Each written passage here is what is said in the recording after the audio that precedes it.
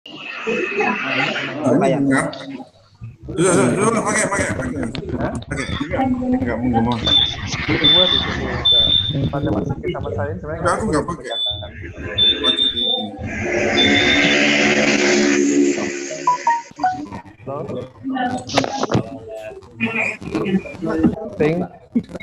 Testing Budi Wibowo. Testing. Oke. Ada feedback kayaknya ya. Oke, ada feedback, Pak. Halo, testing.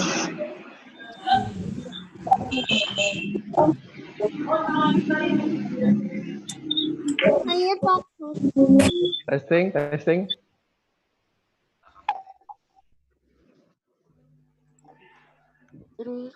Halo.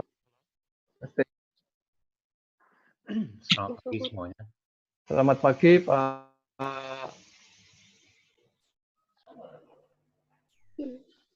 Ada mati. Testing. Pak Rudi. Oh. Pak Rudi sudah saya jadikan co-host, jadi bisa setting semua. Oke. Namanya apa? Background-nya? Background-nya sekarang nggak apa-apa aku. Background-nya Pak Rudi dek, Mas dek.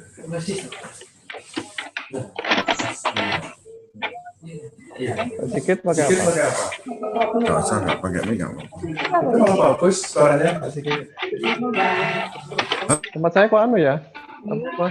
Menggema ya? Tempat saya kok anu ya? Apa? Menggema ya? Oke, menggema. Enggak kok, Mas. Untuk pemateri apa sudah ada yang masuk, Nj? Gimana caranya? Iya.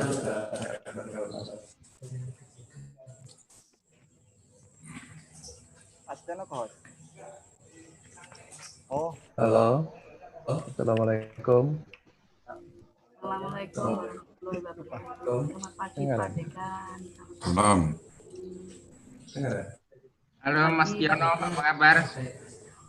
Ya, kurang kita. Halo. Halo Mas Tiono. Selamat pagi Pak Tiono. Mana ya Pak delay ya? Suara saya kok delay ya? Apa kabar Mas? Mana ya Pak delay ya? Bu Dwi tes suara. Saya ngomong. Ya Pak, selamat pagi. Saya terdengar. Selamat pagi Pak Dekan. Halo, selamat pagi Pak Dekan. Sudah, suara kok nggak kecil sekali ya suaranya. Halo Bu Dwi, suaranya kedengaran suara saya? Pak terdengar, saya terdengar nggak Pak? Suaraku keras. Oh, nggak dengar Bu Dwi. Halo, selamat pagi Pak Dekan. Oh, nggak dengar ya? Cek. Mas Arya sudah disiapkan backgroundnya untuk backdropnya.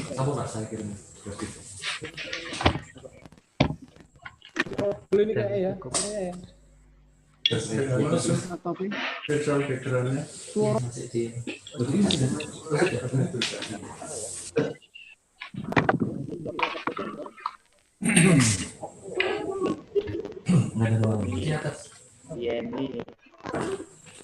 Dia memang kurang bagus ya.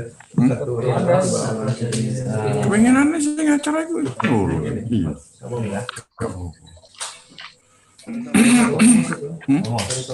Kalau sing acara apa ini? Sing peternakan. Halo. Peternakan. Suaranya padahal sudah masuk loh. Selamat pagi Bu Panca. Iya, Panca Sini Yogyakarta.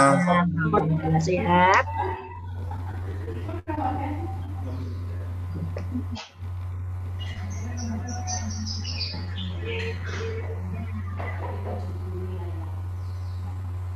Selamat pagi Pak Dekan, Bu Dwi. Bapak Ibu semua.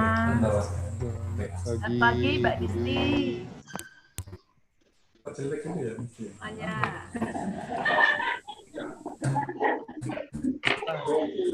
Iya, memang. Mungkin backgroundnya putih. Iya, coba dihadapkan ke sana. Nah sih yang paling paling bagus kalau backgroundnya itu. Iya. Di rumah itu saya ada yang hijau itu terlalu bagus. Ini saya putih kelihatan. Iya. Oh iya. Gimana?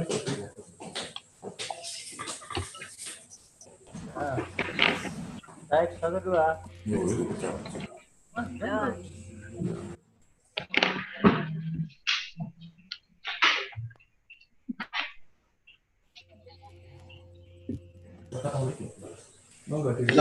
Selamat pagi Pak Gatot. Anda cuma itu kepiar. Background loh, Pak. Terus Putih kayak ini makanya. hijau mestinya. Hijau di rumah hijau itu bagus. Aku kan ada tembok di belakang hijau jadi Hijau. saya keluar. Tapi kalau backdropnya di Nggak usah pakai ini aja Bu. Mana memang ada yang rusak kayaknya. feedback, Begitu ya. Oh gitu. Coba diganti ganti Mas. Kan tinggal nge-set as. Ya.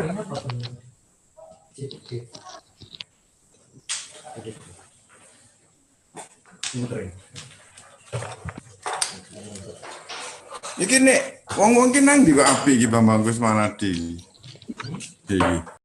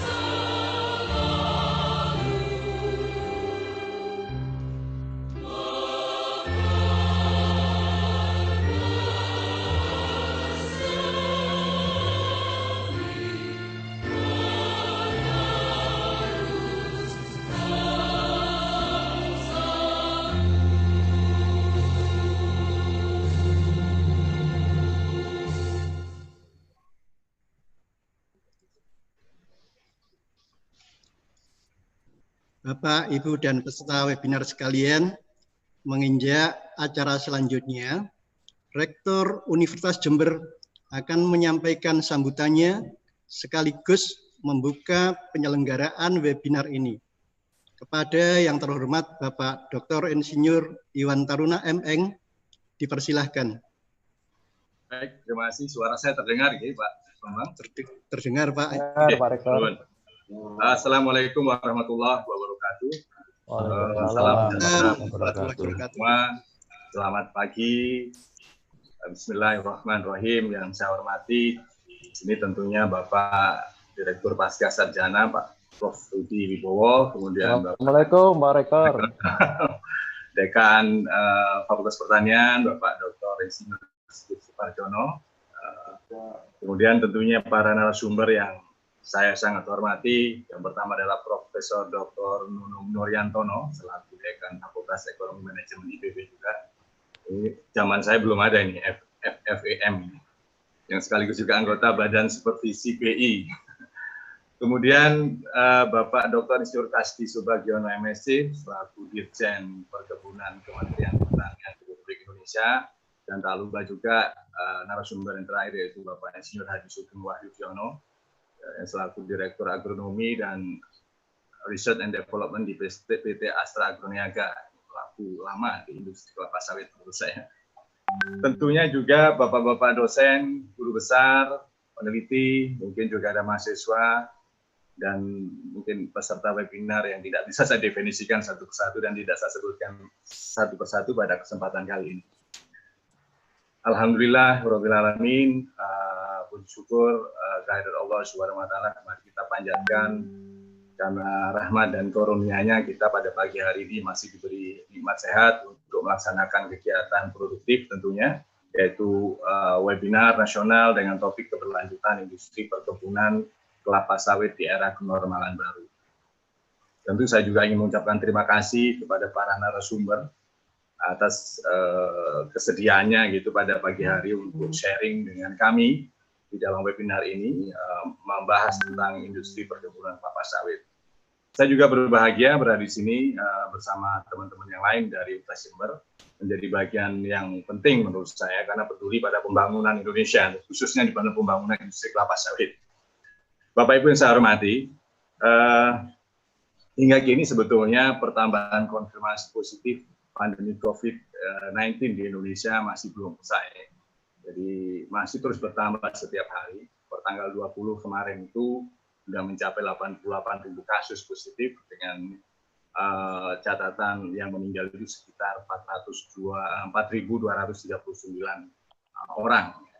Itu artinya pandemi COVID yang ada di tempat kita belum usai penyebarannya. Karena saya harus selalu mengingatkan, pakai masker, jaga jarak, cuci tangan, tingkatkan imunisasi, imunitas kita, itu menjadi penting menurut saya bagi setiap kali dalam pertemuan untuk mengingatkan itu. Berbagai tindakan sebenarnya sudah dilakukan untuk memutus rantai penyebaran itu dengan melalui PSBB yang tentunya mulai berdampak pada berbagai kegiatan, mulai dari pendidikan, budaya, bisnis, industri, dan tourism. Ya. Tentunya itu sangat mengganggu ya untuk pertumbuhan ekonomi kita.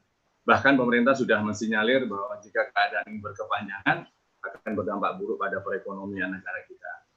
Pada kuartal kedua kemarin sudah disampaikan, kalau nggak salah, kontraksi akan terjadi sekitar 5% terhadap pertumbuhan kita. Semua tahu kelapa sawit adalah sektor utama di Indonesia gitu ya, karena sebagian besar lahan kita itu yang di Sumatera dan Kalimantan memang isinya hampir kelapa sawit semua. Dan mungkin sekarang kita menjadi nomor 1 di dunia sebagai produsen kelapa sawit. Aktivitas ini tentu telah menghidupi banyak orang ya, mungkin ratusan ribu bahkan jutaan orang yang terlibat di dalamnya. Juga bahkan ini menjadi sebagai sumber devisa yang sangat utama. Gitu. Saking strategisnya, CPO kita itu dulu kan sempat bisa ditukar dengan pesawat terbang kalau nggak salah, dengan pesawat tempur. Gitu. Jadi itu contoh betapa strategisnya industri kelapa sawit. Karena itu pada masa sekarang ini perlu sebenarnya strategi baru atau adaptasi dalam pelaksanaan prosesnya di masa, mungkin saya lebih tepat mengatakan masa kebiasaan baru daripada kenormalan baru. Karena nanti kalau normal baru dikira normal lagi, padahal belum normal. Gitu. Harus segera disiapkan tentunya beberapa hal-hal itu tadi, kemudian tentu tidak disiapkan saja, tapi juga dijalankan untuk menjaga kesinambungan atau keberlanjutan industri, agar tentunya tidak memperparah perekonomian negara kita. Tapi menurut saya satu hal yang penting lagi bahwa meskipun kita sejak 2018 itu menjadi raja dunia CPO, produsen CPO, maksudnya yang dimana hilirisasi produknya juga sudah mulai meningkat. Kalau dulu kita mungkin menjual CPO, sekarang produk-produk hilirnya seperti oleo pangan, oleo kimia, dan biofuel sudah mulai berkembang. Tentunya harus kita tingkatkan kembali. Bapak-bapak yang ahli itu sudah tahu bagaimana cara mengembangkannya. Jadi sudah banyak turunan-turunan produk CPO ini yang sudah beredar, yang merupakan produk-produk Indonesia. Satu lagi mungkin sebelum saya buka yang lebih penting lagi, bahwasanya yang harus kita perhatikan tidak hanya kesinambungan industri perkebunannya, tapi juga komitmen kita untuk menjaga konservasi lingkungan tempat usaha industri ini. Karena inilah yang selalu dibidik oleh Eropa gitu. Ya menjadi bidikan kalau istilahnya karena kita dianggap tidak menjaga kelestarian lingkungan dengan merambah hutan diganti dengan kelapa sawit, itu selalu menjadi bidikan mereka. Ya saya nggak tahu alasannya apa, karena saya juga pernah punya pengalaman ketika 2004 berada di Belanda, training gitu oleh satu universitas, diajak ikut pertemuan lah, di sana ada LSM Indonesia juga ternyata yang menentang keras tentang pengembangan kelapa sawit ini. Saya berargumentasi bahwa kita sebagai negara ya punya hak untuk memanfaatkan sumber daya alam kita untuk kemakmuran bangsanya. Kalau nggak boleh nanam ya silahkan, kita diberi uang sebesar yang kita butuhkan. Itu saya waktu itu argumentasinya. Tapi tentunya itu mereka adalah mengontrol kita, maksud saya dalam hal supaya kita memperhatikan kelestarian lingkungan juga. Itu menurut saya juga penting, sehingga yang penting kita nanti buktikan bahwa kita juga bisa menjaga kesinambungan industri, tapi juga bisa menjaga kelestarian lingkungan kita. Mungkin saya tidak akan banyak panjang kata berpendapat hal ini itu, mari kita dengarkan saja pemaparan para ahli, para pelaku usaha industri kelapa sawit yang dalam hari ini, yang hari ini mungkin diwakili oleh PT Astra Agro Lestari. Karena tadi diminta untuk membuka, akhirnya dengan mengucap Bismillahirrahmanirrahim, webinar nasional dengan topik keberlanjutan industri perkebunan kelapa sawit di era kenormalan baru secara resmi saya buka. Selamat mengikuti, semoga Allah SWT memberkahi dan meridhoi aktivitas kita pada hari ini. Terima kasih dan apresiasi kepada panitia yang telah menyiapkan acara ini. Mohon maaf jika apa yang saya sampaikan tadi kurang berkenan pada Bapak-Bapak Ibu sekalian. Billahi taufik wal hidayah. Wassalamualaikum warahmatullahi wabarakatuh. Waalaikumsalam warahmatullahi wabarakatuh. Terima kasih Pak Rektor atas sambutan dan pembukaan acara webinar hari ini. Bapak dan Ibu sekalian, sebelum sampai pada acara pokok, marilah kita berdoa bersama-sama yang akan dipimpin oleh Dr. Insinyur Soleh Afifi, MSI. Kepada Pak Afifi, dipersilahkan.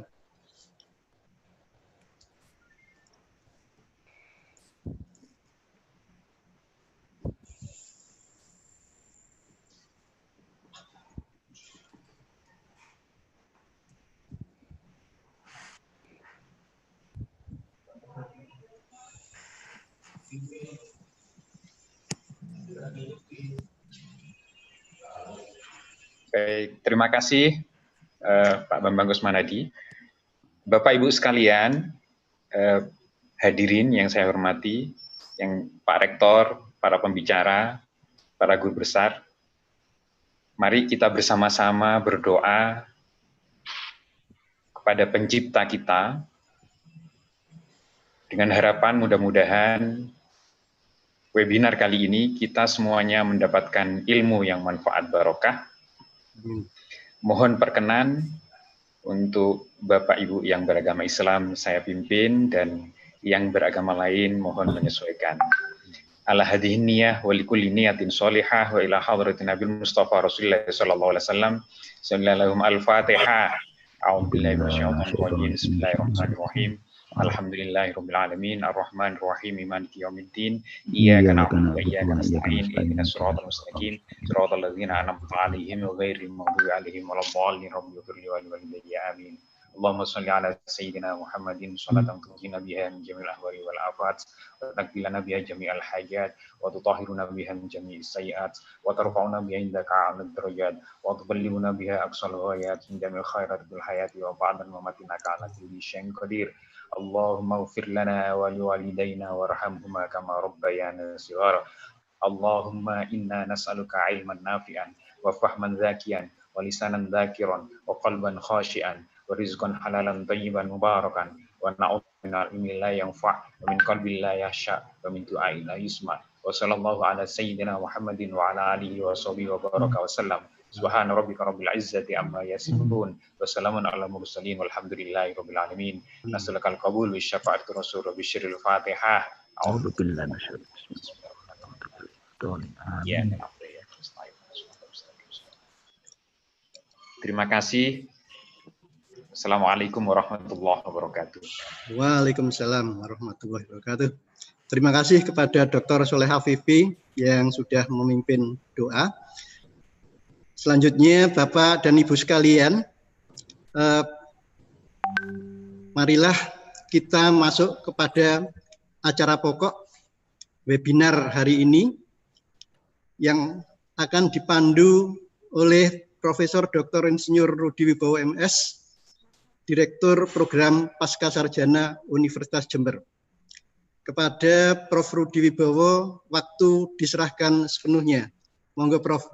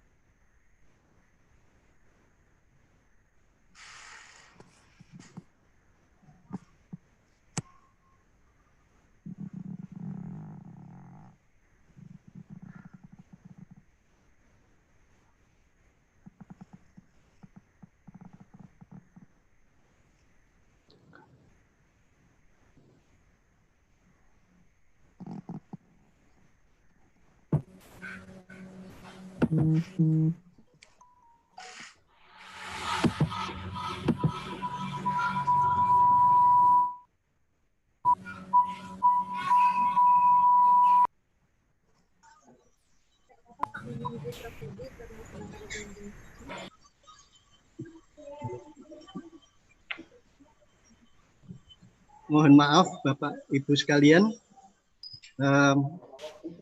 mohon waktunya sebentar untuk menunggu Prof. Rudi Wibowo. Assalamualaikum warahmatullahi wabarakatuh. Waalaikumsalam. Alhamdulillah Ibu sekalian, mohon maaf karena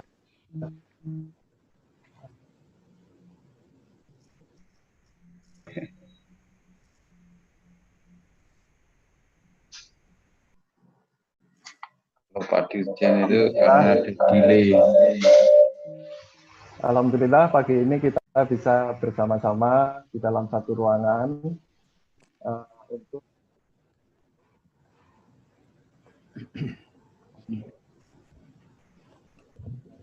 Suara tidak keluar, Prof.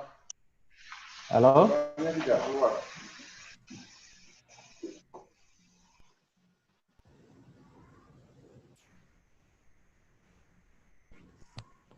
Punten Prof, suaranya belum keluar, mungkin jack-nya itu kurang masuk, Prof. Suara on dan off, masuk nyambung dan tidak gitu, Prof. Ini tapi sudah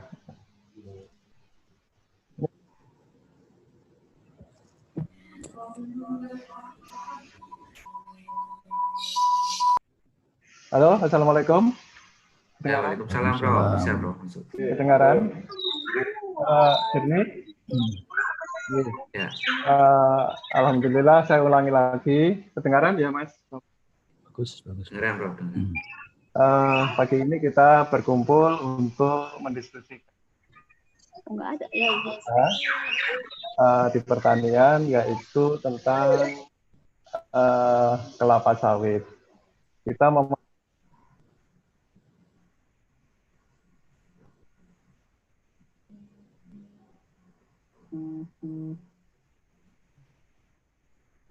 Suaranya hilang lagi, Prof. Rudi. saya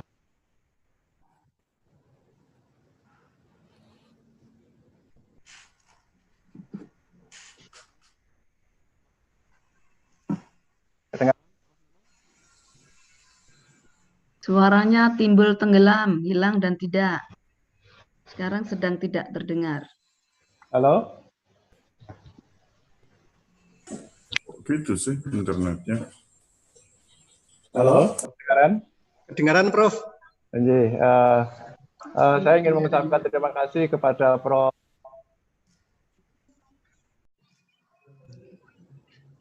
Ganti headsetnya diganti aja. Headsetnya nggak bagus itu. Kedengaran ya, Pak? Halo? Tenggelam, Prof. Headsetnya diganti, Prof. Kadang terdengar, kadang tidak, Prof. Headsetnya Ganti ganti. Bisa pakai headset. Ganti headsetnya. Ganti ceknya. Tolong.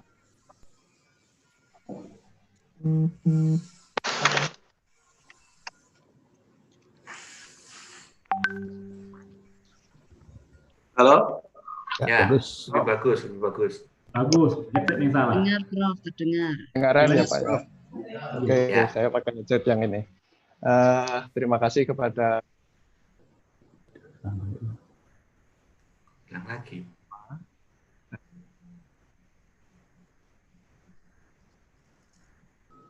hilang, Prof. akan bergabung belakang.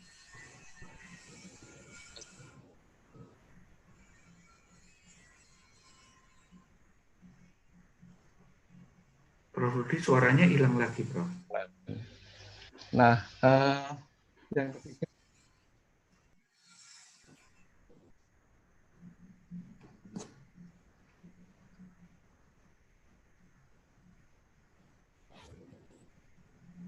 Suara hilang lagi, Prof. Ya, suara tidak ada. halo. Ya, halo, terdengar kalau yang ini. Tampaknya ada masalah. Oke.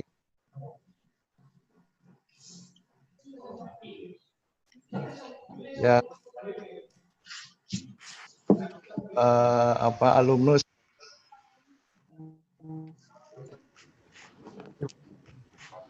Prof, colokan headsetnya coba dicolok lagi, Prof. Halo? Colokan headsetnya, colokan. Halo? Colokan. Halo? Ya, halo. Halo, ya, Prof. Headsetnya dicolok ulang. Enak, Prof. Dicolok ulang. Kita bisa pakai headset. Ini aja, bisa. Ya. Kedengaran? Bagus. Ya, halo, terdengar. Pakai headsetnya mungkin jelek ya. Baik, Ibu sekalian, kedengaran Pak Bambang? Ya, kedengaran, Prof. Dengaran. Baik, sebelum saya ingin mempersilahkan kepada Pak Nunung Nuryartono, izinkan saya sebagai teman juga ingin sebenarnya tidak memperkenalkan, karena pada 11 Januari tahun ini beliau menjadi guru besar di IPB dan saya hadir di sana. Selamat Prof. Nunung. Beliau ini S1 dan S2-nya di IPB dan S3-nya di Jerman sana. Beliau lebih mendalami pada masalah-masalah ekonomi pembangunan, terutama pada masalah-masalah inklusi keuangan. Alhamdulillah beliau sekarang ini jabatannya banyak banget. Yang terakhir ini adalah menjadi, kalau boleh bahasa sederhananya, Komisarisnya Bank Indonesia. Selamat Prof. Nunung. Tetapi selain itu juga sebelumnya dan sampai sekarang beliau menjadi anggota Dewan Riset Nasional. Dan di anggota profesi banyak, beliau sangat aktif di Perhepi, di mana saya menjadi anggotanya. Beliau sekarang Sekretaris Jenderal PP Perhepi, Perhimpunan Ekonomi Pertanian Indonesia. Dan juga beliau aktif di ISEI. ISEI itu profesi dari teman-teman di ekonomi. Dan selain itu juga banyak lagi yang lain. Prof. Nunung, saya sangat gembira karena Prof. Nunung bersedia memberikan pencerahan pada kita tentang bagaimana sih peluang ke depan dari kelapa sawit ini. Kita tahu kelapa sawit ini, kalau kita lihat data di tahun 80-an, kelapa sawit kita ini hanya masih beberapa ratus ribu hektar saja. Dan sekarang di data yang terakhir di Kementerian Pertanian itu sudah hampir 16 juta hektar. Kalau kita bayangkan dari 16 juta hektar itu, sekarang separuhnya, lebih bahkan sekarang itu sudah dilakukan oleh saudara-saudara kita petani di sana, yang dulunya itu hanya perkebunan besar saja. Dan sekarang petani itu sudah lebih separuhnya, dan selain itu juga ada beberapa BUMN dan swasta, termasuk Agro Lestari tadi itu. Di BUMN itu juga hampir semua BUMN di luar Jawa itu core bisnisnya adalah kelapa sawit. Mulai dari PTPN 2, 3, 4 di Medan sana, PTPN 1 di Aceh, PTPN 5, PTPN 6, PTPN 7 di Sumatera Selatan, dan bahkan beberapa waktu yang lalu itu PTPN 8 di Jawa Barat itu juga mengembangkan kelapa sawit. Nah, perkembangan yang sangat besar ini tentu saja akan berkaitan dengan devisa kita. Sekitar 70% itu hasil dari kelapa sawit kita, apakah itu CPO atau PKU atau yang lain-lain dari turunannya, tadi Pak Rektor sudah dengan sangat baik menjelaskan pada kita, itu menjadi devisa. 70%-nya, 30%-nya saja yang sekarang ini ada di domestik. Kalau di jumlah-jumlah itu data yang ada di tempat kita itu sekitar hampir 300 triliun dari perkelapa sawitan ini. Dan kalau kita lihat konsumsi minyak nabati di dunia, itu sebagian besar dari kelapa sawit.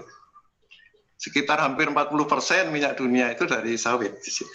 Hanya saja memang ada masalah-masalah yang sedang kita hadapi. Masalah di pasar kita tahu tadi Pak Rektor tentang masalah lingkungan, sehingga sekarang kita sedang segera melaksanakan tentang ISPO, tentang sertifikasi, sehingga lalu kita tidak menjadi bulan-bulanan Eropa di sana. Walaupun di sana ada RSPO, tapi ISPO ini sekarang menjadi keharusan bagi kita untuk melaksanakannya. Walaupun sekarang masih sekitar 20% dari lahan kita disertifikat oleh ISPO, oleh KAN sana. Nah, masalah yang kedua, masalah productivity. Kita produktif memang masih belum sebaik misalnya Malaysia di sana. Tapi paling tidak ada beberapa perkebunan yang produktivitinya jauh lebih bagus dari Malaysia juga. Masih sangat beragam, dan ini menjadi PR kita. PR yang kedua tentu tentang hilirisasi, karena kelapa sawit ini tidak hanya menjadi CPO dan PKO saja, tapi banyak turunan-turunan yang bisa disediakan oleh kelapa sawit ini. Bahkan sabun kita dan seterusnya itu bahkan biodiesel, bioetanol yang saya sekarang ada pikiran memperhatikan, ada pikiran dari beberapa ahli untuk mengganti gula kita misalnya, itu kepada kelapa sawit misalnya begitu. Nah, ini hal-hal yang menjadi bagian dari yang kita hadapi sekarang, dan juga berkaitan dengan energi yang sekarang kita sedang galakkan untuk beralih kepada energi yang renewable. Jadi kita akan menghindari ketergantungan kita dari energi fosil, dan kelapa sawit menjadi salah satu dari biomasa yang bisa masuk kepada energi yang renewable. Itu beberapa hal yang mungkin kami ingin lontarkan di awal, sehingga nanti Prof. Nunung, saya mohon peluang-peluang, hambatan, kendala itu bisa menjadi bagian diskusan kita. Lalu yang kedua, insya Allah nanti Pak Direktur atau Pak Dirjen itu akan memberikan highlight tentang apa sih yang dilakukan pemerintah kita. Banyak sekali sebenarnya, tetapi paling tidak kita harus memahami, apalagi di masa pandemi ini, kira-kira peran pemerintah itu apa di dalam, selain mendorong ISPO dan seterusnya itu, juga paling penting sebenarnya adalah meningkatkan productivity dari teman-teman petani kita yang melakukan budidaya kelapa sawit sana. Dulu ada beberapa kisah sukses di Ophir dan seterusnya, tapi tentu itu masa lalu. Masa depan ini mungkin kita akan mendengarkan nanti Pak Dirjen atau Pak Direktur dari Perkebunan, Pak Kasdi, tentang hal itu. Dan yang menjadi pelengkap dari pertemuan kita di pagi hari ini, saya sangat gembira karena salah satu pimpinan dari Astra Agro Lestari, Mas Sugeng yang kebetulan, Mas Hadi yang kebetulan alumnus kita, itu yang sehari-hari berkecimpung secara realita di bidang perkelapa sawitan akan men-sharing kepada kita tentang apa-apa sih yang dilakukan oleh Astra Agro Lestari. Itu perusahaan gajah yang anak perusahaannya banyak sekali, baik di Sumatera, Kalimantan, dan seterusnya. Dan Pak Mas Hadi ini mulai dari istilahnya dari lulus di pertanian jurusan tanah, beliau berkecimpung mulai dari sejak awal istilahnya dari kepala seksi sampai dengan direktur anak perusahaan, presiden direktur anak perusahaan, sampai sekarang menjadi salah satu direktur di Astra Agro Lestari. Nah, mudah-mudahan dengan ketiga narasumber yang sangat tepat ini kita akan mendapatkan pencerahan yang baik. Itu pembuka saya, dan saya mohon dengan sangat, biasanya di dalam webinar ini kita peserta ini sering lupa. Jadi kalau ada narasumber mohon semuanya di mute dulu, lalu kemudian kita boleh untuk andai kata ada sesuatu hal yang ingin ditanyakan bisa melalui chat, saya akan baca. Kemudian kalau ada kesempatan untuk berbicara kita akan memberikan dengan raise hand di sana. Baik, Prof. Nunung, ini sekarang jam 9:35. Prof. Nunung, saya tidak membatasi, tetapi tentu dengan 3 pembicara itu ada baiknya misalnya kalau Prof. Nunung itu bisa setengah jam begitu memberikan pencerahan kepada kita tentang peluang kelapa sawit sebagai penggerak ekonomi nasional yang tadi sudah saya coba untuk memprovokasikannya. Di situ kami persilakan Prof. Nunung, kita mendengarkan Prof. Nunung Nuryartono. Baik, bismillahirrahmanirrahim. Assalamualaikum warahmatullahi wabarakatuh. Selamat pagi. Yang saya sangat hormati Prof. Rudi, ini senior dan sekaligus senantiasa membimbing saya, menanyakan kabar-kabar saya. Beliau sangat care terhadap saya. Terima kasih atas undangannya. Yang saya hormati Bapak Rektor Universitas Jember, Dr. Iwan Tirta. Ini ternyata satu angkatan dengan saya. Angkatan 25 di IPB atau tepatnya tahun 88 masuk. Beliau sudah rektor, saya masih dekan. Selamat Pak Rektor. Dan ternyata banyak sahabat-sahabat saya di Jember yang membaca doa Pak Soleh Afifi itu juga seangkatan saya.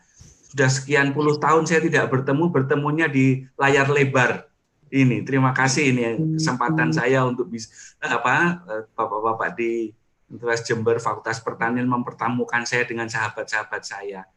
Dan juga para dekan, para dosen, para mahasiswa yang tentunya sekali lagi Jember bukan tidak asing lagi bagi saya, terutama sotonya dan berbagai kuliner yang menyenangkan. Hanya memang pada kesempatan ini kita belum bisa. Yang saya hormati Bapak Dirjen Perkebunan, Bapak Dr. Kasdi Subagiono, MSc. Yang saya hormati Bapak Insinyur M. Hadi Sugeng, selaku Direktur Agronomi dan Research and Development PT Astra Agrolestari yang bersama-sama akan membicarakan satu komoditas penting mengenai kelapa sawit. Satu kehormatan bagi saya diundang untuk bisa bersama-sama berdiskusi. Saya akan share beberapa bahan nanti. Kalau kita lihat tentunya saya share dulu.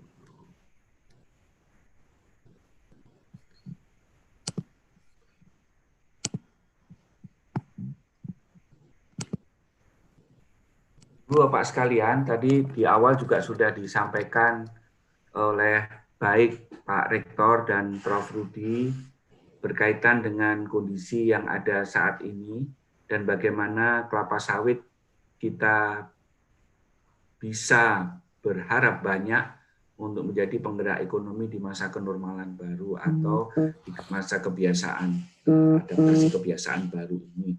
Saya tidak akan banyak berbicara tentang COVID-19 karena kita sudah tahu semuanya, tetapi justru ada hal-hal yang menarik yang mungkin nanti bisa kita diskusikan bagaimana sebenarnya kelapa sawit ini bisa menjadi bukan alternatif, tetapi sebagai main driver bagi ekonomi Indonesia.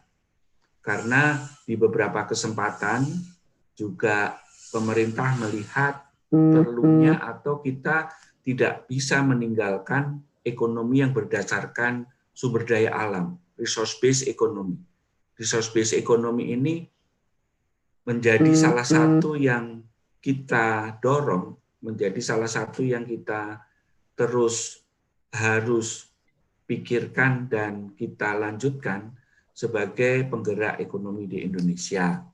Ya Pak sekalian, ini kira-kira beberapa gambaran. Jadi ini potret yang tadi sudah disampaikan oleh Prof. Rudi, tapi kita bisa melihat bahwa luasan areal di Indonesia untuk komoditas sawit ini sudah sekitar 15 juta hektar. Kemudian kalau kita lihat production dan productivity-nya, memang produktivitinya kita belum bisa bergerak dari sekitar sekitar 3 ton lah per hektar. Nah, ini yang tentu menjadi tantangan bagi kita semuanya kalau memang kita ingin menjadikan kelapa sawit ini sebagai salah satu komoditas yang betul-betul diharapkan berperan penting pada masa yang akan datang. Saat ini perannya sudah penting, tetapi ke depan tentunya kita bisa mengharapkan bahwa kelapa sawit ini menjadi salah satu pilar ekonomi Indonesia, terutama pasca COVID, untuk bisa segera kita melakukan recovery ekonomi. Nah, ini kalau kita lihat lagi berdasarkan data yang kita miliki, bahwa by region tentunya ada pulau-pulau atau provinsi yang menjadi pusat produksi kelapa sawit. Kalau kita perhatikan 10 besar sentra produksi kelapa sawit, yang pertama Riau ini kontribusinya sekitar 20,7%, Kalimantan Tengah ini 14,6%, Sumatera Utara 13,1%, dan seterusnya sampai Aceh 2,4%. Memang betul di Jawa Barat, di kurang lebih 2-3 km dari kampus kami di IPB itu juga ada perkebunan kelapa sawit yang dimiliki oleh PTBN. Hanya memang tidak atau belum sebagus dari provinsi-provinsi yang lainnya. Nah, ini kira-kira sebarannya tadi di Sumatera, ya Pulau Sumatera, itu kalau kita lihat produksinya ada sekitar 60% total produksi palm oil di Indonesia itu dihasilkan di Pulau Sumatera. Ya, kemudian kalau kita lihat antara smallholder, kemudian pemerintah dan swasta, ini kita bisa cermati, memang di Sumatera itu 47% itu dilakukan oleh perusahaan swasta, tapi peran smallholders atau petani ini juga cukup tinggi, sekitar 45,3%. Sementara kalau kita tengok di pulau yang lainnya di Kalimantan itu kontribusinya sekitar 35,7% dari total produksi, dan mayoritas dikerjakan oleh atau dihasilkan diproduksi oleh perusahaan swasta, sekitar 82,13%, sementara smallholder ini sekitar 16,75%. Di Sulawesi juga sudah mulai ada pengembangan di sana kontribusinya relatif kecil hanya 3%, ya, tetapi kita juga melihat peran dari smallholder. Demikian pula di wilayah Papua, ini ada peran smallholder sekitar 8,4%. Fakta-fakta ini menunjukkan bahwa selain dari perusahaan swasta yang memang dengan teknologi yang relatif lebih baik, tetapi smallholder ini juga perlu menjadi perhatian. Nanti akan saya tunjukkan data yang lainnya bagaimana kira-kira dalam kondisi situasi saat ini pandemi 19. Nah, Ibu Bapak sekalian, saya juga ingin menyoroti dari berbagai studi yang dilakukan, sebenarnya kelapa sawit ini sangat besar kontribusinya terhadap ekonomi. Tapi nanti akan saya hubungkan sedikit dengan fakta yang baru-baru saja dirilis oleh BPS. Nah, kalau kita cermati, memang Pulau Jawa ini masih menjadi pilar penting bagi perekonomian Indonesia. Tahun 2019, kontribusi ekonomi dari Pulau Jawa itu sekitar 59%. Ya. Nah, kemudian kalau kita lihat per kuartal 1, triwulan 1 memang sudah mulai ada penurunan, ekonomi kita terkonstruksi sekitar dari hampir 5% di kuartal 4 2020 ke kuartal 4 2019 ke kuartal 1 2020 mengalami kontraksi, tetapi Jawa masih tetap hampir sekitar 59%. Ya. Nah, ada hal yang menarik yang ini ingin saya share dari data yang lainnya, Ibu Bapak sekalian. Nah, kalau tadi Pulau Sumatera, Pulau Kalimantan itu memberikan kontribusi terhadap produksi sawit hampir sekitar 85%-an. Kemudian sementara ekonomi secara keseluruhan itu ditopang, ekonomi Indonesia ditopang oleh Pulau Jawa sekitar hampir 59-60%. Ini data terbaru yang baru dirilis oleh BPS untuk menunjukkan persentase penduduk miskin. Ini yang menarik, ya. Terjadi memang peningkatan jumlah penduduk miskin secara keseluruhan di Indonesia sekitar 1.630.000 orang, ya, meningkat sedikit. Mudah-mudahan saja pelonjakannya nanti ketika kita melihat data Susenas 2020 bulan September tidak terlalu tinggi. Ya. Menjadi penting bagi kita semuanya apa kemudian peran dari sawit, begitu ya. Ini masih memang hipotesa, ya, masih hipotesa, terutama pada saat pandemi ini. Kalau kita lihat di Sumatera, di Kalimantan, ya, di beberapa pulau yang lainnya, relatif penurunan jumlah penduduk miskinnya tidak setinggi di Pulau Jawa.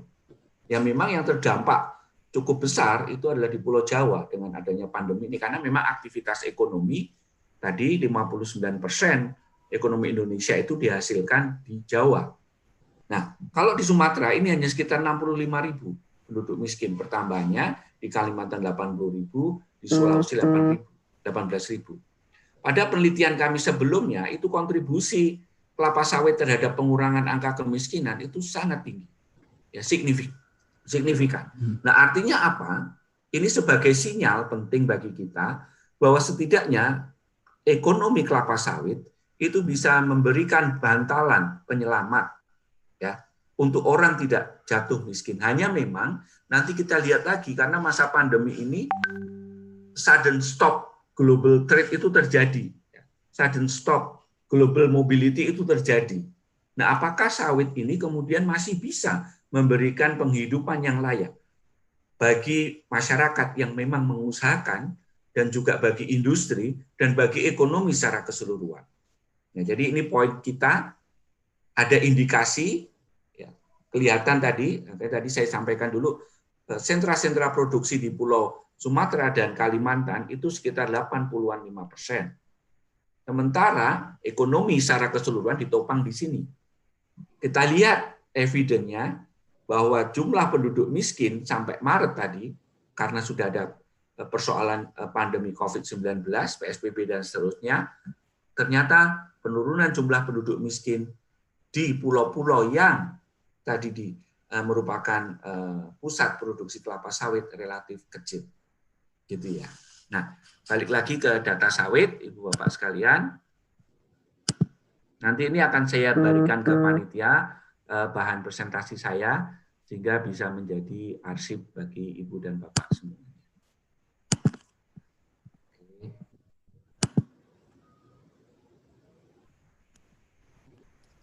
Nah, overview industri sawit di Indonesia memang betul sekali bahwa industri turunan dari kelapa sawit ini luar biasa banyaknya, ya.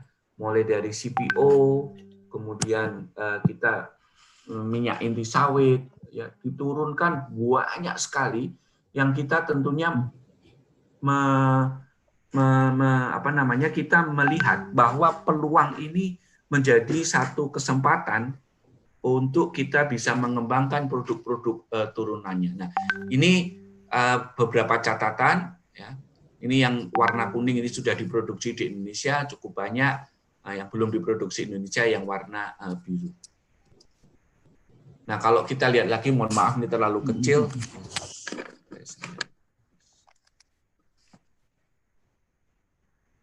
Nah, kita lihat, tentu kita bisa mengidentifikasi bahwa semakin produk ini dihilirkan, maka nilai tambahnya semakin besar. Hanya tentu pertanyaannya bagaimana kesiapan-kesiapan kita untuk bisa melakukan hilirisasi ini. Tetapi yang tidak kalah pentingnya, selain hilirisasi tadi memberikan dampak yang sangat tinggi bagi perekonomian Indonesia, tetapi juga yang harus dipikirkan, hilirisasi ini memberikan manfaat bagi para produsen yang berproduksi, terutama kalau kita memiliki concern dan komitmen terhadap para petani, maka seharusnya petani juga bisa memberikan andil dan peran yang cukup tinggi bagi proses hilirisasi dan dia terlibat di dalamnya. Nah, kalau kita lihat tadi lagi produksi minyak sawit dunia sudah bukan menjadi hal yang diragukan lagi bahwa Indonesia itu merupakan produsen minyak sawit terbesar, diikuti oleh Malaysia, Thailand, dan seterusnya. Ya. Nah, kemudian kalau kita lihat produksi dan ekspor minyak sawit Indonesia, jadi juga dari waktu ke waktu mengalami peningkatan. Jadi produk turunan minyak sawit yang telah diproduksi di Indonesia, kita bisa identifikasi ada minyak goreng sawit, ada lemak padat untuk pangan, oleofood, kemudian oleokimia, dan bioenergi atau biodiesel. Nah, dengan demikian, kita bisa mendeskripsikan lagi bahwa ekspor produk hilir didominasi oleh produk turunan minyak sawit intermediate. Jadi sudah mulai dilakukan ini semuanya. Nah, kalau kita kembali kepada pengekspor minyak sawit, paling besar adalah Indonesia, Malaysia, Guatemala, Kolombia. Ibu Bapak sekalian, perlu kami informasikan, Kementerian Luar Negeri juga sangat aktif mendorong bagaimana minyak sawit itu tidak hanya sebatas kepada produk yang memiliki manfaat ekonomi, tetapi juga untuk perdamaian. Jadi beberapa perwakilan negara, terutama Kolombia, waktu itu juga mendiskusikan bahwa minyak sawit diharapkan bisa untuk mengkonsolidasikan pihak-pihak yang berkonflik di Kolombia. Kita tahu ada FARC, itu satu gerilyawan yang juga sangat aktif melakukan perlawanan terhadap pemerintah yang sah di sana. Nah, ini diupayakan kelapa sawit juga memberikan kontribusi bagi perdamaian. Tapi kembali lagi bahwa Indonesia merupakan negara pengekspor sawit terbesar. Jadi bagaimana tadi begitu tiba-tiba aktivitas perdagangan, aktivitas mobilitas orang berhenti karena pandemi ini. Nah, ini kembali ekspor sawit Indonesia ternyata tahun 2020 itu juga masih meningkat. Ya, kebutuhan orang untuk mengkonsumsi minyak nabati yang berasal dari sawit ini ternyata masih menunjukkan peningkatan.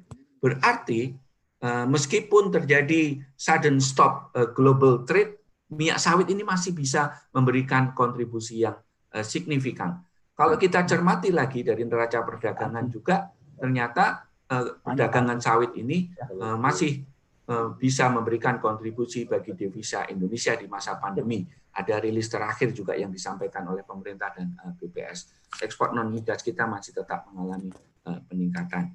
Ini tentu satu karunia bahwa tadi di awal kita sampaikan resource-based economy itu harus tetap dan harus terus kita perjuangkan. Salah satunya dari sawit. Terlepas dari berbagai persoalan tadi yang disampaikan, apakah karena environment, apakah karena pekerja anak yang terlibat di dalamnya, apakah karena tidak mengikuti kaidah-kaidah sustainability, tetapi sebenarnya banyak yang sudah dilakukan oleh pemerintah Indonesia, banyak dilakukan oleh perusahaan swasta untuk bisa mengurangi atau bisa menghindari hal-hal yang berkaitan dengan persoalan-persoalan lingkungan, atau kita sudah mengarah kepada proses produksi yang sustain. Nah, kalau kita lihat negara-negara tujuan utama ekspor sawit, memang Cina ini menjadi tujuan utama kita, kemudian diikuti ini yang lainnya ya, kecil-kecil tentunya, tetapi kita lihat yang besar-besar saja. Amerika, kemudian kita lihat ada Uni Eropa, India, Pakistan, Afrika, dan seterusnya. Ibu Bapak sekalian, yang menariknya, kami waktu itu juga sempat melakukan studi khusus, ya, bekerja sama dengan Kementerian Luar Negeri, kemudian BPDPKS, dan juga duta besar ya, disupport oleh duta besar di Pakistan. Sekiranya Pakistan ini bisa menjadi salah satu hub untuk proses hilirisasi, ya, proses hilirisasi karena begitu Pakistan dijadikan hub, maka kita bisa masuk ke kawasan-kawasan yang lainnya, kawasan-kawasan lainnya di sekitar Pakistan, bisa ke Middle East dan seterusnya. Karena Middle East ini juga relatif cukup banyak. Nah, jadi strategi pada saat sebelum terjadi pandemi COVID itu juga sudah diupayakan bagaimana kita untuk bisa terus melakukan hilirisasi sekaligus melakukan penetrasi market di beberapa wilayah, terutama waktu itu kajian kita fokus di Pakistan. Nah, begitu terjadi COVID, maka kita lihat pasti akan memberikan dampak terhadap perdagangan karena sebagai epicentrum saat itu Cina pasti juga membatasi berbagai produk dari luar negeri. Demikian juga Uni Eropa membatasi produk untuk masuk dalam ke pasar mereka karena pandemi ini, tidak hanya sebatas isu-isu tadi. Nah, demikian juga India. Nah, ini persoalan yang cukup serius. Tetapi kalau kita lihat bagaimana hilirisasi itu bisa dilakukan untuk kebutuhan konsumsi dalam negeri, saya kira ini bisa menjadi penopang ekonomi kita. Nah, saya kira ini kemudian berbagai data yang berkaitan dengan produksi, ekspor, konsumsi, dan stok sawit Indonesia. Kita bisa melihat ini ekspor, kemudian konsumsi di Indonesia, dan stoknya. Ya, memang kita juga ada konsumsi yang digunakan untuk kebutuhan domestik. Nah, Ibu Pak sekalian, kalau kita lihat, ini yang menariknya, harga minyak sawit. Tidak bisa tidak dipungkiri bahwa pandemi COVID-19 itu juga mengakibatkan harga minyak sawit internasional mengalami penurunan. Meskipun mulai sudah ada rebound lagi, mungkin sekitar bulan kalau ini Juni, sekitar Mei, itu mengalami rebound kenaikan. Artinya memang ini saat-saat awal, begitu Cina mengumumkan ada virus COVID-19, seluruh dunia melakukan lockdown, ya. Tapi pasti permintaan terhadap komoditas juga akan mengalami penurunan. Tetapi kita melihat Mei mungkin sudah mulai ada recovery dari berbagai negara atau mulai ada pelonggaran-pelonggaran dari berbagai negara karena setidaknya sudah mulai bisa melakukan penanganan wabah pandemi ini secara lebih baik dari aspek kesehatannya sehingga pelan-pelan aspek ekonomi mulai dilonggarkan. Nah, ini nampak juga dari terindikasi dari harga minyak sawit internasional yang juga sudah mengalami peningkatan. Mudah-mudahan harga ini juga bisa terrefleksikan atau tertransmisi pada harga di domestik, ya, terutama produsen minyak sawit, utamanya adalah smallholder yang bisa diharapkan menikmati hasil ini. Dan mudah-mudahan saja kalau kita lihat nanti harga membaik, kita lihat kembali ke data kemiskinan tahun bulan September, apakah ini berdampak kepada produsen-produsen sawit petani ini mendapatkan manfaat. Sehingga kalau mendapatkan benefit dari kenaikan harga, maka kita bisa mengambil kesimpulan bahwa sawit ini menjadi bantalan yang luar biasa untuk menghadapi krisis kesehatan yang berdampak kepada krisis ekonomi. Nah, ini konsumsi domestik sawit, kalau kita lihat, Ibu Bapak sekalian, food, ini luar biasa. Jadi, ternyata konsumsi domestik sawit tadi, itu digunakan mayoritas untuk yang berhubungan dengan pangan.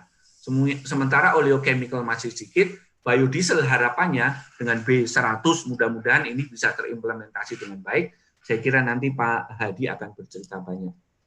Nah, kalau kita lihat ekspor sawit menurut jenis, ini mayoritas adalah produk-produk turunan. Ya, produk-produk turunan minyak sawit ya, yang diekspor dari Indonesia. Yang mudah-mudahan sekali lagi ini memberikan manfaat ekonomi kepada pelaku pada sisi hulunya, terutama petani. Nanti saya di akhir akan sedikit mempropos hal apa yang bisa dilakukan. Nah, jadi kalau kita lihat negara dengan konsumsi minyak sawit terbesar Indonesia. Jadi artinya konsumsi domestik itu ada di kita gitu ya. Nah, kalau ini dilakukan, tadi kami sampaikan bahwa sudden stop global trade, sudden stop global mobility, minyak sawit masih tetap bisa dilakukan karena negara dengan konsumsi minyak sawit terbesar itu adalah Indonesia. Nah, artinya kan domestic market itu ada. Kalau domestic market itu bisa dikembangkan lagi, apalagi dengan produk-produk turunan, maka tidak ada persoalan sebenarnya dengan krisis dan seterusnya. Jadi sawit lagi-lagi menjadi penyelamat. Kita ingat krisis 9798, terutama karena adanya limpahan akibat terdepresiasi nilai tukar rupiah, maka komoditas-komoditas ekspor, salah satunya sawit, itu mendapatkan berkah yang luar biasa. Tetapi dalam konteks ini, kita sebagai negara dengan konsumsi minyak sawit terbesar di dunia, maka seharusnya produk ini juga bisa menjadi penyelamat sebagai akibat dari konsumsi, sebagai akibat bahwa kita mendorong konsumsi dalam negeri. Hanya pertanyaannya tentunya adalah bagaimana daya beli masyarakat itu harus tetap ada. Karena tadi data juga kami sampaikan, mulai terjadi peningkatan jumlah penduduk miskin. Oleh karenanya program pemerintah dalam bentuk bansos itu harus betul-betul tepat sasaran, harus betul-betul efektif, harus betul-betul bisa mencapai target yang memang membutuhkan. Karena kalau kita ingat, Ibu Bapak sekalian, salah satu paket dari bansos itu adalah minyak goreng, gitu kan ya. Nah, minyak goreng itu merupakan bagian dari industri sawit. Ya. Nah, ini kira-kira yang harus kita lihat konstelasinya. Nah, konsumsi minyak sawit domestik menurut penggunaan, mudah-mudahan saya masih ada waktu, Prof. Rudi, sedikit lagi. Nah, ini kita lihat, kita bisa menunjukkan, ya, tadi ini industri yang terus dari waktu ke waktu mengalami peningkatan, demikian pula halnya dengan makanan. Ya. Jadi, industri makanan, konsumsi minyak sawit untuk industri makanan itu dari waktu ke waktu mengalami peningkatan, dan demikian pula halnya dengan industri, apalagi untuk industri biodiesel nanti. Nah, kalau kita merujuk kepada rencana induk pengembangan industri nasional, ya, kita bisa melihat di sini, Ibu Bapak sekalian, bahwa industri pangan, ya, itu menjadi salah satu fokus. Kita lihat ya bagaimana konsumsi minyak sawit untuk industri pangan kita juga dari waktu ke waktu mengalami peningkatan, jadi sangat relevan. Demikian juga untuk farmasi dan seterusnya, untuk energi, saya kira ini menjadi salah satu hal yang perlu kita segera tindak lanjuti. Ini secara jelas stated bahwa biodiesel tahun 2035 ini juga menjadi industri energi yang difokuskan oleh pemerintah. Nah, tentu prioritas pengembangan industri agro ini kita bisa melihat, ya, kalau kita lihat dari tahapan yang sampai kuat, itu salah satunya adalah industri hilir dari kelapa sawit. Ya, ini memang produk-produk yang berbasis dari resources tadi, ya. ada teh, kakao, dan tapi industri hilir kelapa sawit merupakan salah satu prioritas pembangunan industri agro yang kuat. Ibu Bapak sekalian, dari kebijakan hilirisasi industri ini, dari Kementerian Perindustrian kita bisa melihat dari waktu ke waktu tahapannya sampai dengan tahun 2030 dan 2050 apa yang harus dilakukan. Demikian juga strategi, saya kira nanti Pak Dirjen akan memberikan ilustrasi lebih lanjut. Kira-kira itu hanya satu hal yang tentunya kita ingin tekankan, bahwa dengan potensi domestik yang luar biasa, dan pemerintah juga pada situasi pandemi ini selalu menyampaikan cintai produk Indonesia, gunakan produk Indonesia, kita sebagai pelaku utama, produsen utama dalam minyak sawit, tentu ada konsumsi domestik yang bisa kita dorong, yang ini bisa menggerakkan ekonomi secara keseluruhan, tetapi jangan lupa smallholder harus menjadi bagian yang mendapatkan benefit. Ide-ide untuk menjadikan smallholder itu bagian dari shareholder, dari satu perusahaan, dari industri sawit, mungkin perlu kita pikirkan.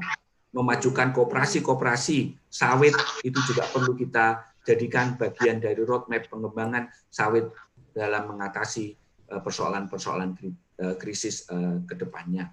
Saya kira itu Prof. Rudi, terima kasih kurang lebihnya, dan tentu untuk diskusi nanti bisa kita lakukan menjadi lebih menarik, karena saya melihat ada beberapa yang ada chat di dalam pertanyaan-pertanyaan. Terima kasih. Baik, terima kasih Prof. Nunung. Saya kira dari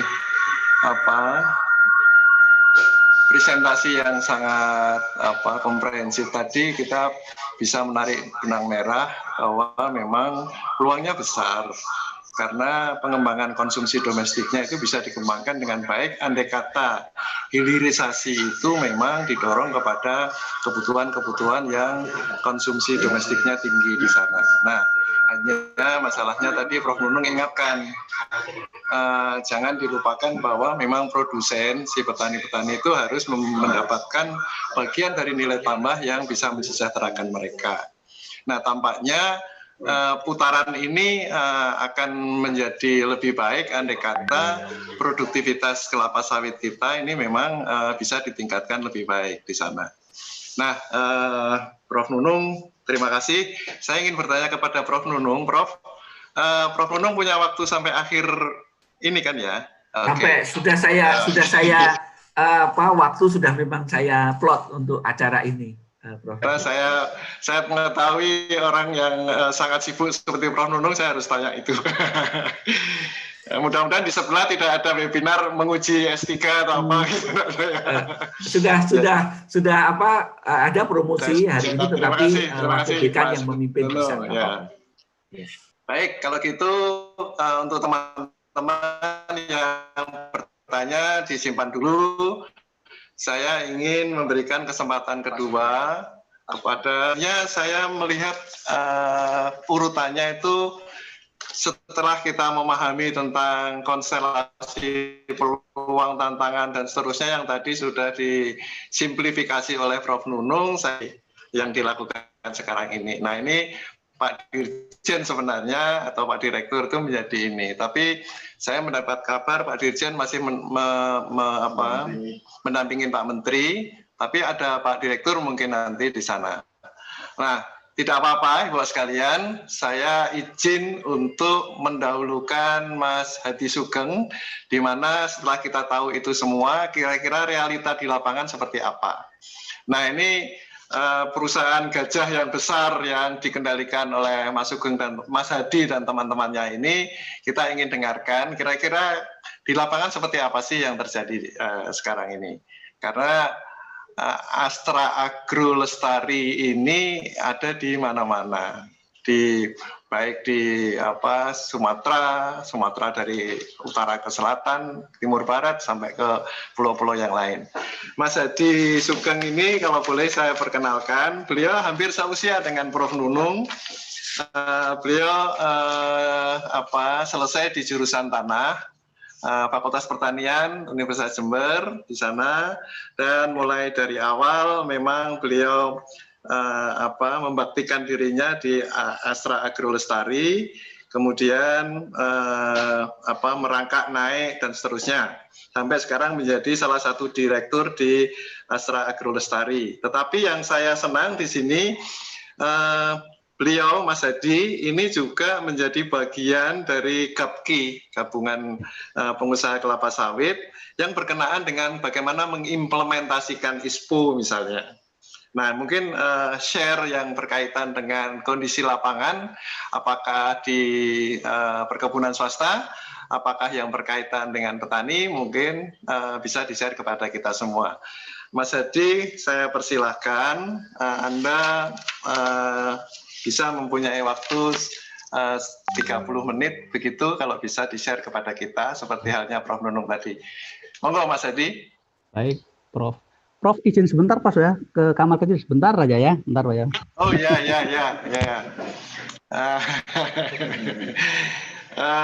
Sambil menunggu Mas Hadi tadi,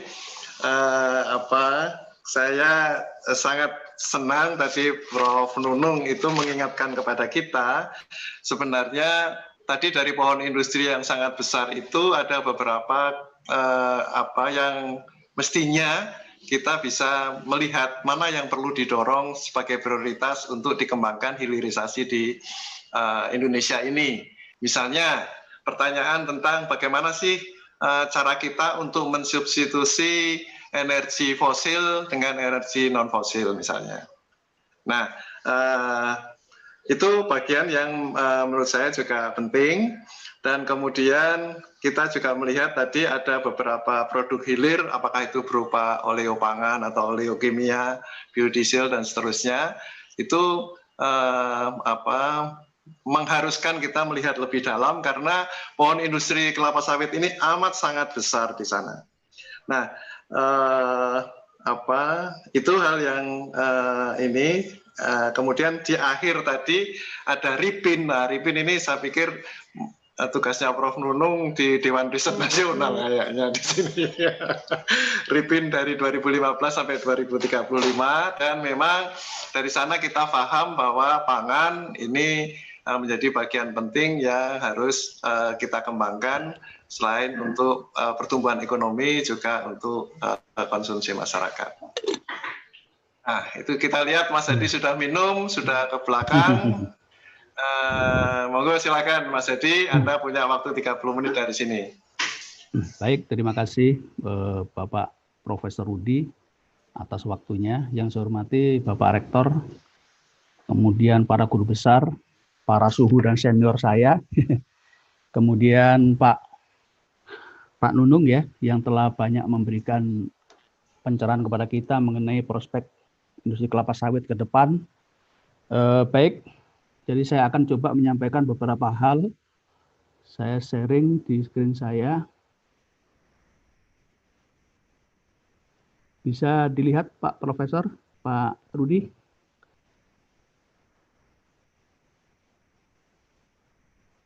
Masih belum tampak, Pak. Belum nampak, Pak. Sudah. Ya. Di tempat saya masih kelihatan, Pak ya? Sudah kelihatan, Pak? Oke, sudah. Baik. Kelihatan. Oke, jadi ada 3 hal yang saya akan sampaikan. Yang pertama adalah sedikit mengenai peran penting industri kelapa sawit yang sudah banyak disinggung oleh Profesor Nunung tadi. Kemudian implementasi protokol COVID di perkebunan. Ini adalah dalam rangka untuk menghandle isu-isu yang dituduhkan kepada sawit. Jangan sampai nanti dengan adanya pandemi ini sawit menjadi pihak yang tertuduh sehingga akan menurunkan daya saing kita. Kemudian yang ketiga adalah pendekatan digitalisasi di masa normal. Baik, Bapak Ibu sekalian, jadi ini sedikit mengenai 7 pilar Astra Internasional. Kami di agribisnis yang saat ini mengelola perkebunan kelapa sawit, kemudian trading, baik itu CPO maupun produksi TBS-nya petani, refinery juga demikian, kemudian fertilizer, dan juga ada bisnis cattle yang di Kalimantan. Kelapa sawit ini kita punya siklus antara 25 sampai dengan 30 tahun, di mana untuk masa produksinya bisa kita nikmati antara 20 sampai 25 tahun. Jadi cukup jangka panjang kita bisa menikmati industri ini, sehingga betul apa yang disampaikan oleh Profesor Nunung tadi, industri ini adalah sangat powerful untuk bisa dikembangkan lebih lanjut. Peran penting daripada industri sawit ini yang pertama penyumbang devisa negara. Memang tahun 2015 sampai 2019 kalau kita bisa lihat angkanya selalu surplus dan itu antara 16 sampai dengan 24 miliar US dollar atau sekitar 250 sampai dengan 300 triliun. Jadi cukup banyak. Sebagai gambaran di tahun 2018-19 meskipun secara devisa Indonesia itu minus, tetapi di industri kelapa sawit ini masih terus plus. Dan kita ketahui bersama kalau sumbangan daripada migas itu 5 tahun belakang ini adalah selalu minus. Jadi betul-betul ini sangat strategis untuk menjadi pilar ekonomi Indonesia. Kemudian berikutnya adalah untuk penyerapan tenaga kerja. Data 2017 12 juta hektar tetapi sudah divalidasi oleh Menteri Pertanian per tahun 2020 ini sekitar 16,3 juta hektar. Jadi luasan kebun kita itu sudah 16,3 juta hektar, di mana 45%-nya adalah kebun petani. Tenaga kerja yang bisa diserap dan multiplier efeknya adalah sekitar 18 juta orang. Jadi sungguh luar biasa serapan industri ini untuk menangani ketenaga kerjaan. Berikutnya adalah seperti yang disampaikan oleh Pak Rektor tadi dan juga oleh Pak Nunung dan juga oleh Profesor Rudi juga. Rasanya kita bangun tidur dan tidur lagi itu ya selalu bersinggungan dengan kelapa sawit. Produksi minyak nabati dunia tahun 2019 sekitar 200 juta ton, 35%-nya adalah didominasi oleh kelapa sawit. Dan bisa kita lihat di sini aneka produk, semuanya adalah berbasis kelapa sawit. Kemudian ini juga ada beberapa data, di mana tahun 2025 waktu itu kita prediksi penduduk dunia akan menjadi 8 miliar, artinya ada peningkatan 60 juta ton CPO antara tahun 2013 sampai dengan 2025 dalam kurun waktu 12 tahun, sehingga ada rata-rata penambahan 5 juta ton per tahun. Nah, lagi-lagi kita bisa lihat bagaimana strategiknya industri sawit ini. Dengan yield 4 ton per hektar per tahun, untuk memenuhi 60 juta ton tadi itu hanya perlu 15 juta hektar. Kemudian apabila kita bandingkan dengan kedelai, dengan kuantitas yang sama akan membutuhkan lahan sekitar 115 juta hektar. Jadi lagi-lagi industri ini adalah industri yang sangat solutif untuk menyelesaikan kebutuhan minyak dunia. Tahun 2025 kita perkirakan sekitar 235 juta ton minyak nabati yang dibutuhkan oleh dunia. Dan kita harapkan dari kelapa sawit ini kontribusinya di atas 100 sampai 120 juta ton. Kemudian yang slide berikutnya adalah mengenai menghandle isu. Jadi kelapa sawit ini isunya ada 3 sebenarnya. Yang pertama adalah secara internal adalah productivity. Tadi disampaikan kita masih sangat rendah dibanding dengan komoditas yang lain. Meskipun secara ton per hektar kita lebih tinggi, tetapi mereka sudah bisa fully mekanisasi, sementara di sawit ini masih trial and error. Jadi pertama adalah productivity, baik itu petani maupun kebun rakyat, kebun negara maupun swasta, kita masih relatif di bawah kompetitor kita, yaitu Malaysia. Kemudian yang kedua adalah demand. Masalah demand juga sangat mempengaruhi bisnis ini. Nah, tadi ada beberapa alternatif untuk menembus pasar-pasar baru seperti di Middle East lewat hub Pakistan, kemudian di Afrika Selatan, kemudian juga B20, B30, dan juga hilirisasi. Saya pikir ini akan memberikan efek positif kepada industri ini. Karena terus terang, di tahun kemarin saja kita sempat mengalami harga yang lebih rendah dibanding dengan harga pokok produksi, sehingga merugi. Jadi masalah sawit ini juga adalah masalah demand. Begitu oversupply, pasti harga di lapangan pasti akan jatuh. Sehingga ini perlu peran kita bersama, pemerintah sudah mulai menggarap ini, sehingga kedepannya diharapkan industri ini tetap bisa diserap oleh pasar 100%. Kemudian isu yang ketiga adalah mengenai isu-isu negatif tentang sawit, yaitu baik itu mengenai lingkungan, kemudian mengenai kesehatan, dan saat ini adalah kami di asosiasi maupun di Astra Agro berusaha sekuat tenaga untuk jangan sampai di sentra-sentra produksi kami di kebun ini ada positif COVID. Begitu itu terjadi, di samping kita akan memberikan lockdown kepada usaha kita, juga akan disorot oleh dunia. Nah, ini fakta yang ada di kebun sawit, mayoritas adalah diperlukan adanya kontak, baik itu kelompok maupun person. Ini adalah karakteristik daripada sawit. Contohnya misalnya di Gemba. Gemba ini ada kebutuhan kami di lapang di HO, itu akan senantiasa biasanya itu untuk datang ke kebun untuk melakukan kontrol. Dan ini otomatis juga akan terganggu dengan adanya pandemi ini. Kemudian yang poin 5 misalnya juga community development. Kita tidak bisa pisahkan karyawan kita yang ada di kebun untuk berinteraksi sosial, baik untuk sesama dengan teman-teman yang ada di dalam komplek maupun dengan masyarakat luar, yang kaitannya dengan penyediaan tenaga kerja maupun kontraktor.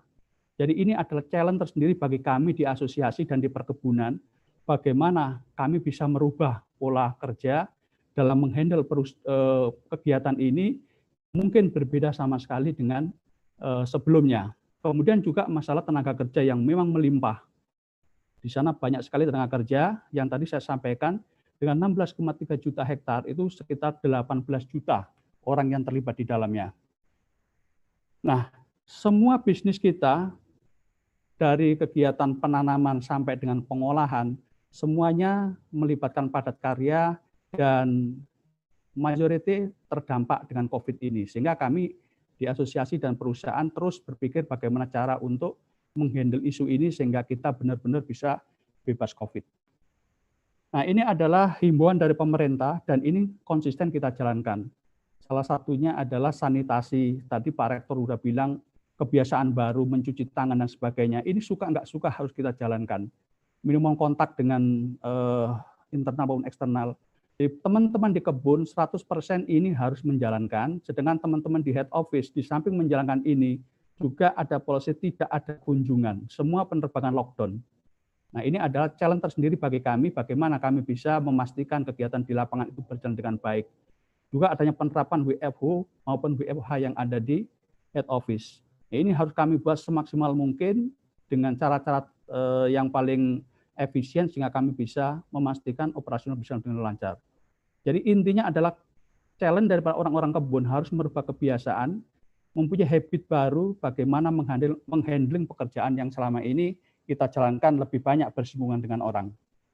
Astra Agro dengan adanya himbauan pemerintah itu langsung membuat suatu policy dan organisasi, dan semua ini kita jalankan dengan konsisten, bahkan organisasi pun kita sampai ke level direksi, jadi direksi sebagai pimpinan tertinggi sangat aware dan betul-betul memastikan tidak ada karyawan kita yang keluar dari kegiatan operasional di sana.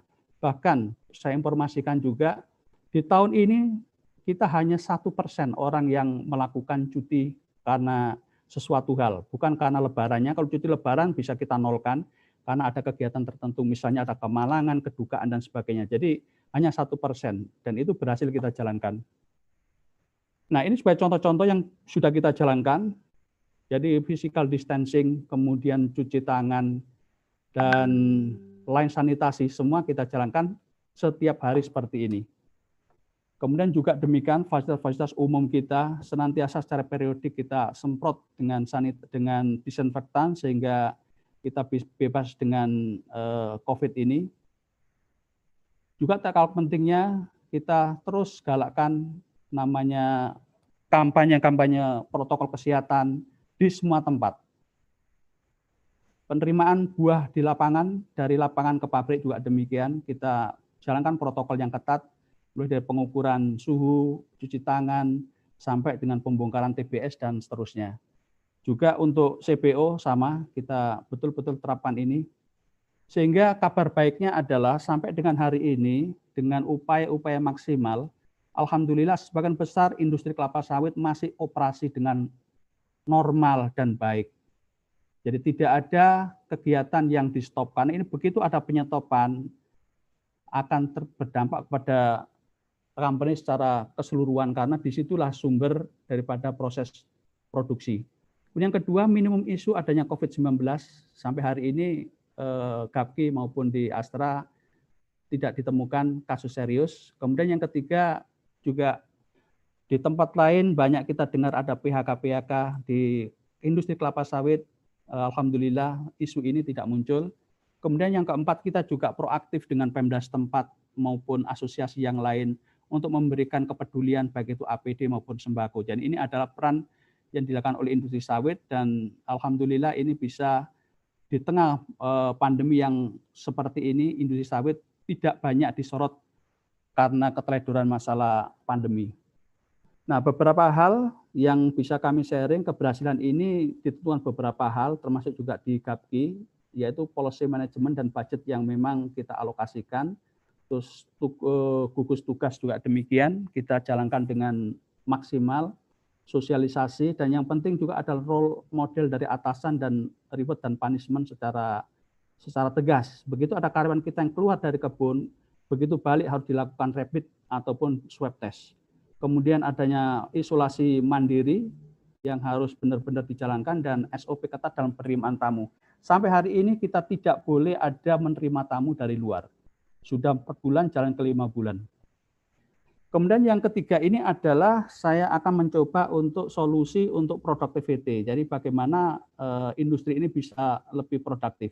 Yang berikutnya, yang sebelumnya adalah untuk handle isu, dan yang sekarang adalah untuk productivity.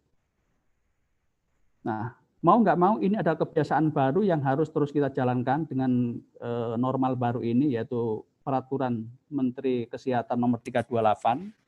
Ada 15 poin yang salah satunya adalah menitik beratkan pada sanitasi dan kebiasaan untuk tidak berkerumun.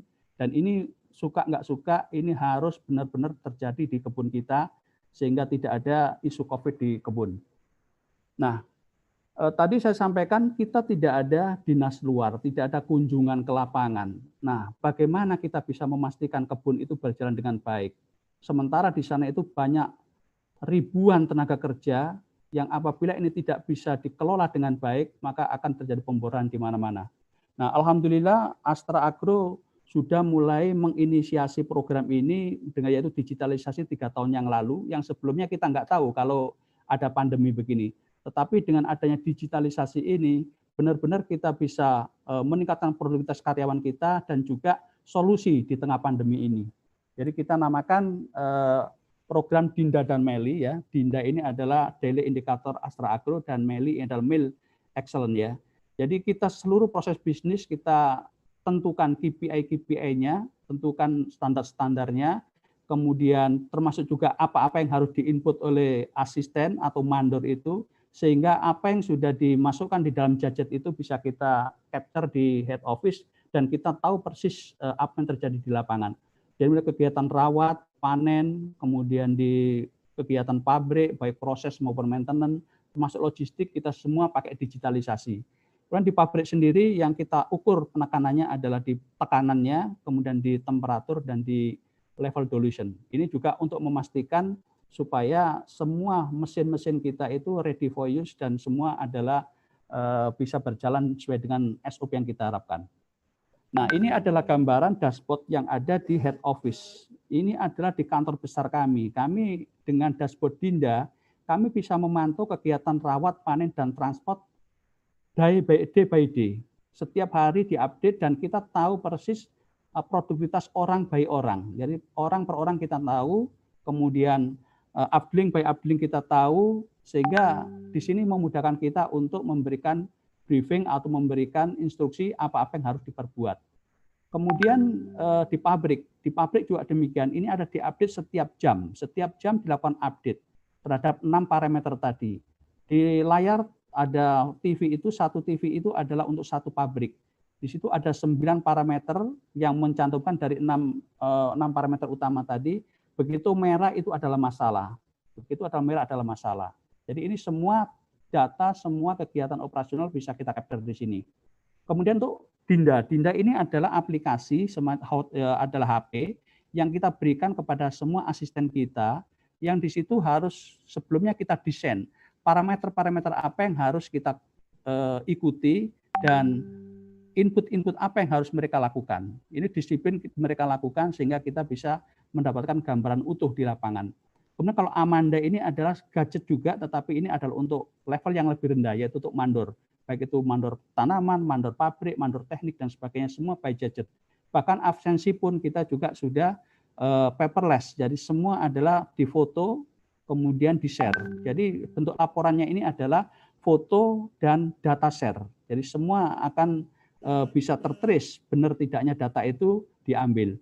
Nah, ini contohnya kegiatan yang sifatnya adalah individual, yang tidak berkelompok, misalnya kerjaan pekerjaan rawat ini, juga kita lengkapi dengan adanya GPS tracing di masing-masing karyawan sehingga kita tahu mobilisasinya.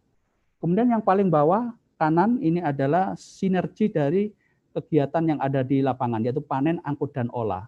Dengan diaturnya kegiatan panen, kapan harus masuk, kapan harus keluar, kemudian kapan harus transport dijalankan, mengangkut buah, maka kita atur semua dengan boarding system. Ini adalah analoginya seperti kita di bandara. Kenapa di bandara itu bisa jelas kapan seorang penumpang itu harus check-in, kapan dia harus kemudian masuk pesawat, dan kapan tiba di tujuan. Dan itu kita jalankan di Astra Agro dengan bantuan digitalisasi sehingga kita bisa secara persis mengatur harus jam berapa tempat A ini harus masuk pabrik, tempat B masuk pabrik, semua kita jalankan sehingga tidak ada idle di pabrik, dan bagi pabrik juga akan lebih optimal dalam menjalankan proses kerjanya, tidak terjadi short bahan baku pada operasi berjalan. Jadi ini manfaat yang bisa kami peroleh dari adanya digitalisasi.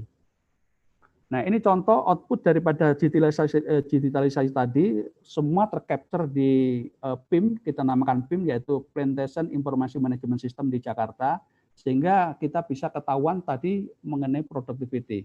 Contohnya panen di sini, kita bisa lihat pemakaian tenaga kerja yang selama ini sebelumnya rata-rata yang kita berikan itu 100% dipakai.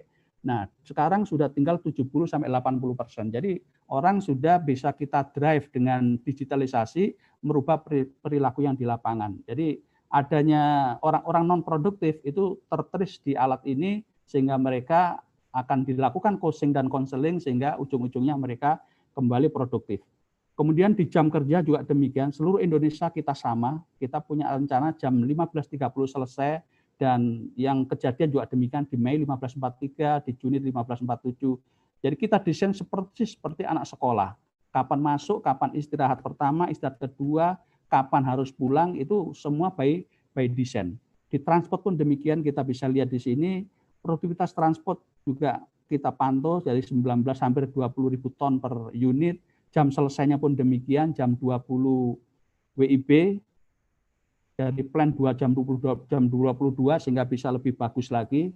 Kemudian di mil juga demikian, yang paling bawah di mil kita bisa pantau breakdown unit kita bisa kita pantau, kita dari plan 1% kita tercapai yaitu 0,9%. Kemudian juga mengenai jadwal maintenance baik yang terjadwal maupun yang tidak terjadwal juga semua by design kita plankan 20 yang tanpa jadwal, ternyata kita sudah improve hanya 0, sekian yang tanpa jadwal, yang selebihnya adalah terjadwal.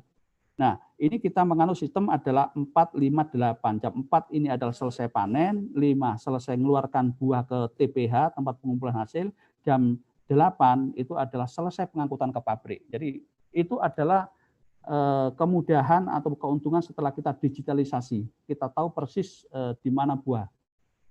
Nah, ini contoh ada kegiatan rawat. Kegiatan panen di beberapa tempat memang bisa diketahui karena ada produksinya. Begitu rawat tidak ada produksinya, makanya kami lakukan dengan tracking. Dan ini kelihatan bagaimana dia mobilisasi selama sehari, kelihatan semuanya, produktivitasnya kelihatan sehingga tidak perlu lagi laporan by manual.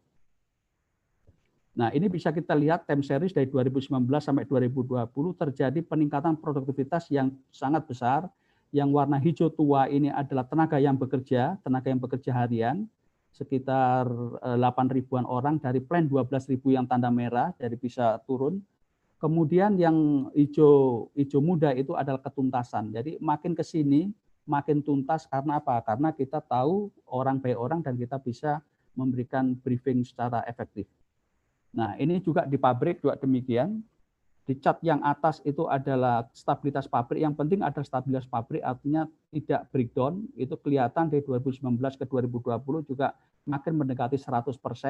Dan yang warna merah itu adalah breakdown-nya, juga bisa kita manage tidak lebih dari 1% tadi. Kemudian di chart yang paling bawah kanan, ini adalah yang hitam ada tahun 2020, juga ada peningkatan.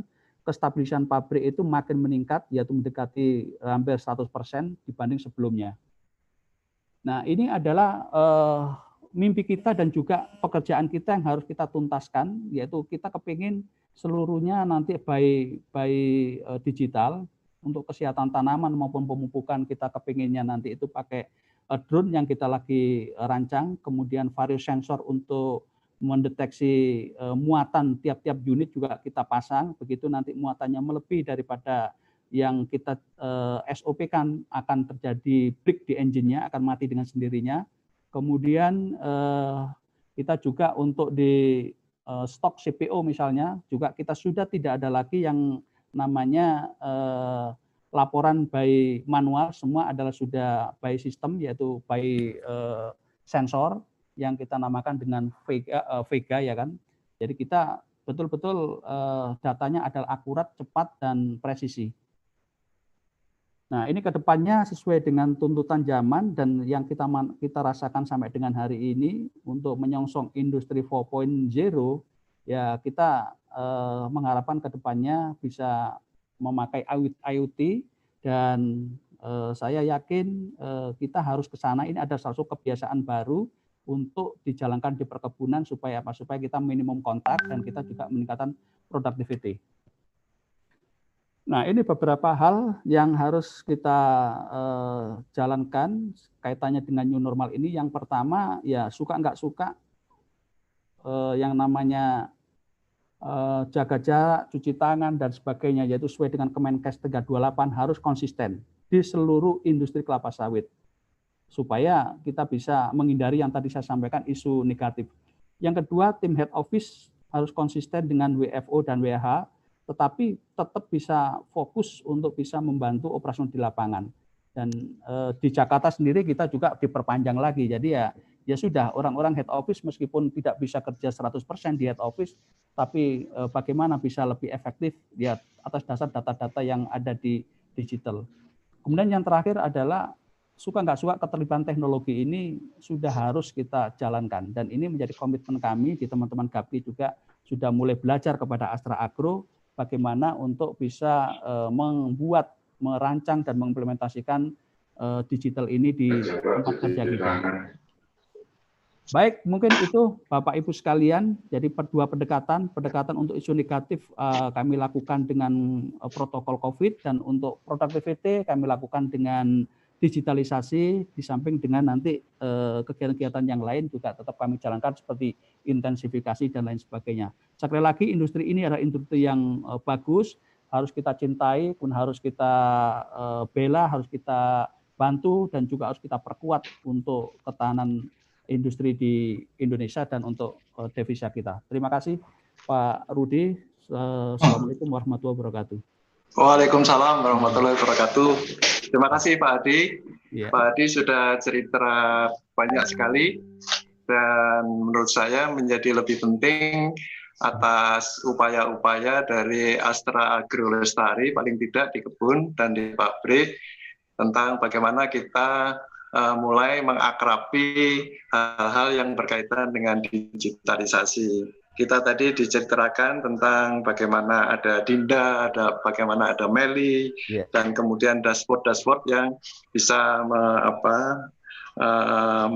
monitoring tentang operasionalisasi mulai rawat, panen, transportasi, dan seterusnya, dan Monef Meli yang ada di pabrik di sana. Kemudian yang terakhir tadi Mas tadi juga cerita tentang bagaimana upaya Astra Agro Lestari untuk mulai akrab dengan Internet of Things misalnya. Mungkin pertanyaan saya untuk memanaskan nanti, Pak Adi kan bisa sampai selesai ya Mas Adi ya? Alhamdulillah bisa demi untuk Universitas Jember. Mungkin ini beberapa pertanyaan yang muncul, saya panaskan dulu.